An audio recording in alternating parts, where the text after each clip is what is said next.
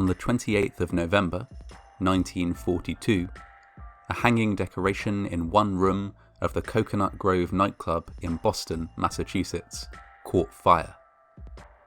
The flames were, initially, quite trivial. Some of the patrons who witnessed them were even amused by the efforts of waiting staff to extinguish them using glasses of water and seltzer bottles. They could not possibly have known, at that moment, that this tiny flame would, within minutes, grow into one of the deadliest nightclub fires in American history. The Cocoanut Grove first opened in 1927 in the Bay Village area of Boston, where it was situated across the basement and ground floor of a converted warehouse complex. At the time, Prohibition was in full force, and so for the first few years, the venue operated as a speakeasy, selling alcoholic beverages even though alcohol was illegal. It was able to get away with this thanks to connections the owners had with the world of organised crime. From 1927 until 1933, the club had a somewhat unsavoury reputation. It was known as a favoured spot for gangs and mobsters. This changed in 1933, when two things happened. First and foremost, Prohibition ended, and the sale of alcohol became legal once again. Secondly, the then owner of the Grove was gunned down by a rival, and ownership of the property passed to his lawyer, a man named Barnett Wolanski. Under Wolanski's management, and without Prohibition to hold it back, the club flourished. It expanded into a warren of rooms across 2 stories, with multiple lounges, bars, dance floors and restaurants. Many of the rooms had a tropical theme, with extensive decoration including fake palm fronds and fabric wall hangings. There was also a famous rolling roof.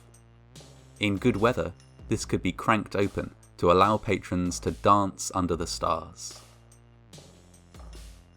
Pleasant as it all might sound, Wolanski hadn't entirely steered the club away from its unsavoury origins.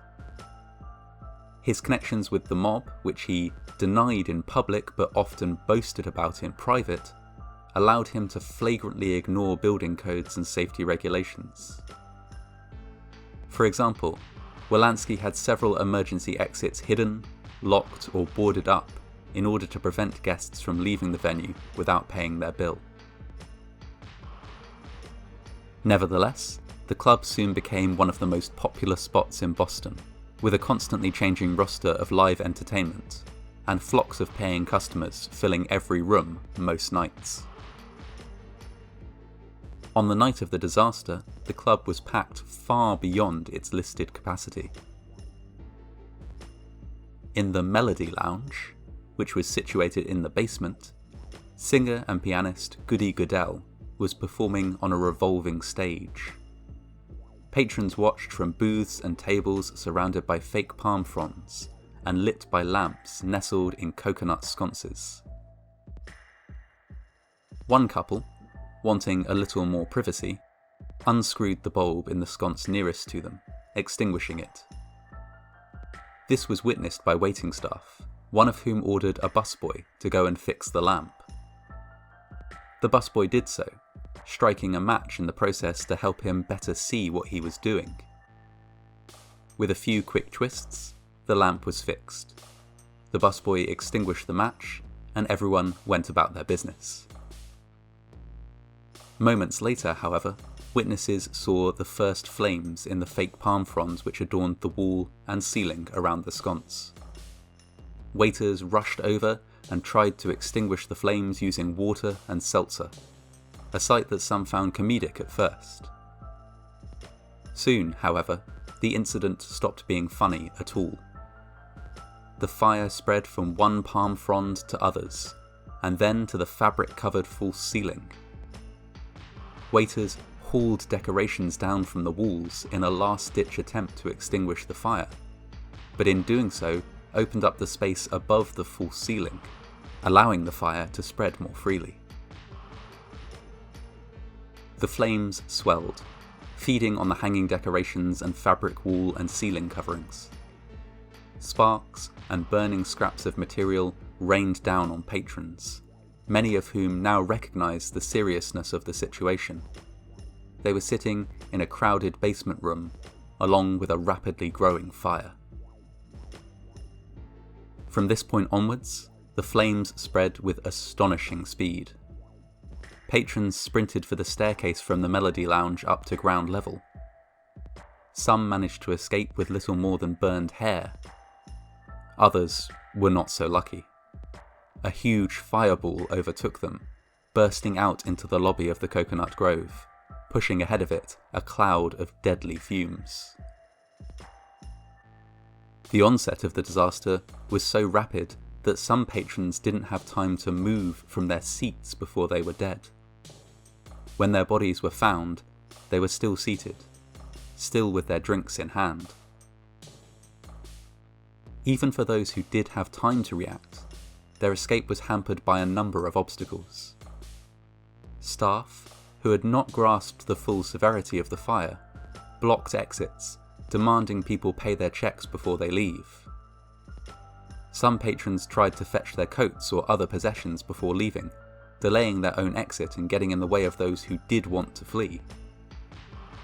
As the lights inside the club failed, chairs and tables were overturned, creating trip hazards for those now trying to find their way out in the dark. While all these things contributed to the death toll, the most serious problem was the lack of exits. As hundreds of patrons tried to flee, inward opening emergency exit doors soon became jammed with bodies, preventing anybody from escaping through them. Worse still was the main door of the club, a revolving door that became almost instantly clogged with those trying to escape. Many people stuck in this crush were, unfortunately, still alive when the fire reached them. Firefighters happened to be nearby at the time of the blaze, extinguishing an automobile fire. After spotting smoke over the Cocoanut Grove, they rushed to the scene and started attempting to rescue victims and control the flames. This was an astoundingly difficult task.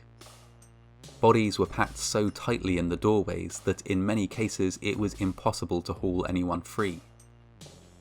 Some firefighters sustained cuts and grazes as trapped patrons clawed at them, desperate to be rescued. Those who could be dragged clear were often so severely burned that the heat radiating from their bodies burned the hands of firefighters in turn. In addition to the heat, the rescuers had to contend with cold as well. The outside temperature fell drastically as the night set in, and very soon fire hoses were frozen to the ground, and survivors who had escaped the flames were at risk of hypothermia. Despite this multitude of adversity, there were survivors even amongst those who had been deep in the nightclub when the fire began. Staff fared better than patrons, as they knew the layout of the club and were often able to escape through windows and hatches, rather than getting caught up in the crushes at the emergency exits. Several people also survived by hiding in a walk-in freezer, from which they were eventually rescued by firefighters. Hospitals in the area received an unprecedented influx of patients. More than 400 casualties were brought in for emergency treatment within just an hour or two. In a stroke of extreme good fortune, local hospitals were very well prepared for this sudden rush. With World War II looming on the horizon, hospitals had been stockpiling medical supplies and preparing for the worst-case scenario of an attack on the east coast of the USA. While these circumstances ensured that victims had excellent care and medical treatment, it was, in many cases, to no avail. Of the victims that were still alive when they reached hospital, more than half subsequently perished. Their injuries were too severe, and the medical technology available to treat burns and smoke inhalation in 1942 was too basic to save them. Ultimately, the Cocoanut Grove fire claimed the lives of 492 people. An investigation was launched. The exact cause of the fire was difficult to determine. Had it been the bulb the couple in the Melody Lounge had loosened in order to give themselves some privacy? Or had it been the match the busboy lit while trying to screw the bulb back in? No definitive answer was reached on this matter, but the busboy was identified by investigators. His name was Stanley Tomaszewski, and he was just 16 years old, too young to have been legally employed at the club. Many were quick to blame Stanley for the incident, but he was ultimately cleared of all charges. This was, first and foremost, because it could not be definitively determined whether the bulb or the match had been the source of ignition, but also because the initial source of ignition scarcely mattered. The interior of the club should have been fireproof enough that a hot bulb or dropped match could not start a deadly blaze. The real blame lay with the owner of the club. Barnett Wolanski had cut many corners during remodelling, flagrantly ignoring building codes and using unlicensed contractors. He had done so without fear of any consequences. His connections to organised crime ensured that his establishment would pass all safety inspections without a hitch. Indeed, the Grove had been inspected little more than a week before the fire, and declared safe, despite numerous highly visible safety violations. As well as locked and blocked emergency exits and exit doors that opened inwards rather than outwards, the report noted that some materials used to decorate the venue might have contributed to the fire. The decorative palm fronds, for example, were known to be flammable, and had in fact caught fire many times before, although on those occasions waiting staff had always been able to extinguish the flames before they spread. Worse still, some faux leather seats inside the Grove were found to be made of a material that was not only not fireproof, but which gave off a flammable gas when burned. While what had caused the fire remained up for debate, the conditions which allowed it to spread so terrifyingly quickly were obvious, and fell at the feet of the club's corrupt owner. Wolanski was tried and convicted of 19 counts of manslaughter. The number was set at 19 because it would have been impractical to try him for the deaths of all 492 victims. Thus, 19 were selected at random from the dead to represent the victims. He was sentenced to 15 years in prison, but pardoned by the governor of Massachusetts after just 4. In the end then, the man most responsible for the terrible loss of life at the Grove served less than 3 days for each victim. The long-term effects of the fire were wide-ranging. The treatment of burns victims was revolutionised by the incident. Different treatments were administered to the victims at different hospitals, and by comparing the results, it was possible to see which treatments were the most effective. The large number of victims provided statistical significance to the comparison, and allowed old and ineffective treatments to be thrown out in favour of more modern ones. 2 doctors who were working on the night of the Cocoanut Grove fire went on to invent a chart for measuring the severity and coverage of burns, a chart which is still in use to this day. Elsewhere, changes were made to building codes across the state of Massachusetts in the wake of the disaster.